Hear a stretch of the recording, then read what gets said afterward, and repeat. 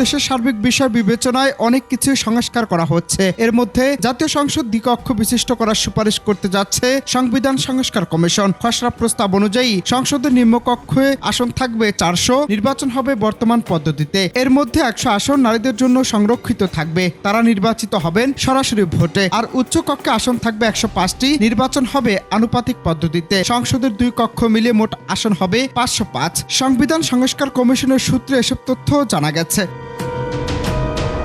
তবে জানা গেছে সাংবিধানিক একনায়কতন্ত্র ঠেকাতে এবং এক ব্যক্তির হাতে ক্ষমতা কক্ষিগত যেন না হয়ে যায়, সেজন্য ক্ষমতা ভারসাম্য আনতে বেশ কিছু সুপারিশ করবে এই কমিশন। পাশাপাশি বিদ্যমান সংবিধানের মূলনীতিতেও পরিবর্তন আনার সুপারিশ করা হবে। সংবিধান সংস্কার কমিশন তাদের সংস্কার প্রস্তাব চূড়ান্ত করে শেষ মুহূর্তের কাজ শেষ করেছে। আগামীকাল বুধবার 15 জানুয়ারি অন্তর্বর্তী সরকারের প্রধান উপদেষ্টা অধ্যাপক ডক্টর মোহাম্মদ ইউনূসের কাছে প্রতিবেদন জমা দেওয়া হবে বলে জানা গেছে।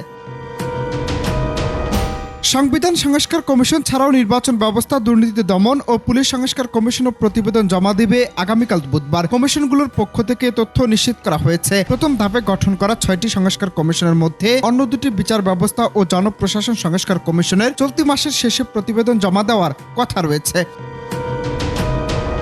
সংস্কার কমিশনের খসড়া প্রস্তাবে বলা হয়েছে নিম্নকক্ষের 400টি আসনে নির্বাচন হবে বিদ্যমান পদ্ধতিতে, আর উচ্চ কক্ষে মোট 105 আসনের 5টি থাকবে রাষ্ট্রপতির কাছে। তিনি এই 5 আসনের সংসদ সদস্য মনোনয়ন দেবেন। সমাজের পিছিয়ে পড়া বিভিন্ন অংশের প্রতিনিধিত্ব নিশ্চিত করতে রাষ্ট্রপতির হাতে 5টি আসন দেওয়ার প্রস্তাব করা হচ্ছে। উচ্চ কক্ষের বাকি 100টি আসনের নির্বাচন হবে আনুপাতিক প্রতিনিধিত্ব পদ্ধতিতে।